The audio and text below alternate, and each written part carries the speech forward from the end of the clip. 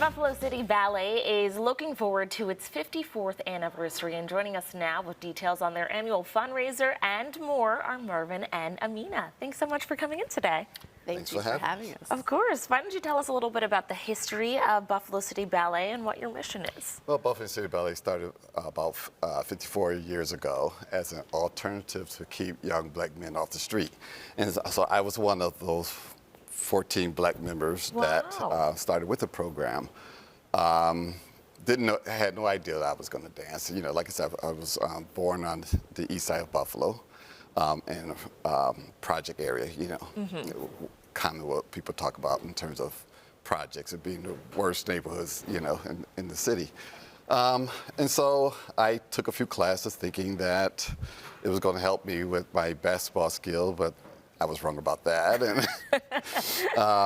And so I start realizing, after I've seen, you know, professional companies like Dance of Harlem at the time, back in the early 70s, that was like a big hit. And went to New York, saw them, and I said, okay, maybe give this a shot, you know. And so then I started to work with a lot of other local dance schools and realized that I had a real good skill for partnering.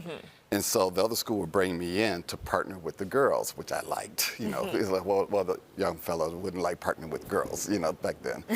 And realized that I can make money doing this, you know, and that's at 14, 15, you know, I was pulling in, you know, like $500 in a week, you know, just for partnering. I'm like, whoa, wow, you know.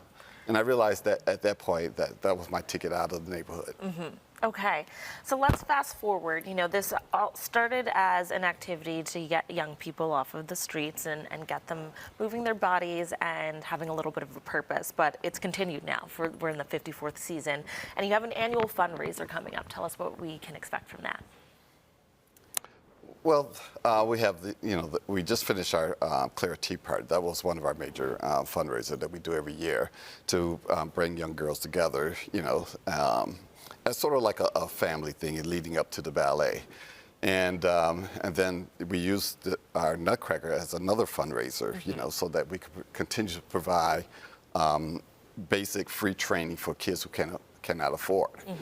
And so all the proceeds from those shows goes towards that and help keeping the school alive. And nowadays, Nutcracker is it doesn't matter if you're a professional company or a school. That's like the biggest fundraiser you know, everyone does now. So. Okay, so your production of the Nutcracker is starting tomorrow, and how long will it be running for? The show opened up Saturday, December 20, Sunday the 21st. Okay. So 3 o'clock on Saturday. I'm sorry, 7 p.m. on Saturday, 3 o'clock on Sunday. And you can either go online and use the QR code, or you can walk up and purchase the tickets at the door. Okay. And so tell us a little bit more about why something like the Buffalo City Ballet matters in our community. Yeah, it's really a safe space for these children. I moved to Buffalo about 3 years ago, and I really found my community there. It is just so magical seeing these kids who just are dying to learn. They're just so inquisitive, and they have such great discipline developing, and they really love the craft. And I bring in a book sometimes about the history of a certain method, and they're all like, oh my gosh, just crowding around the book, and we want to learn more, and just so you have this kind of family feel. And with the older students, you know, they talk about their issues at school, and we save time for that to say, okay, we're in this together, we support you. Here we feel safe, and here we have role models, and here we can strive to be our best selves together. Ballet in particular is one of those skill sets that a child growing up learning ballet, you learn skills that implement the rest of your life and affect it. That is true. We have had, not so much you do this here, you know, to become a professional dancer, but what you learn, you take that in regular life.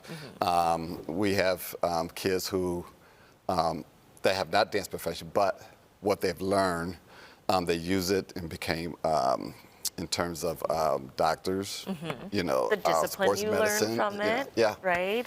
Time management, you have your dance classes and your skills.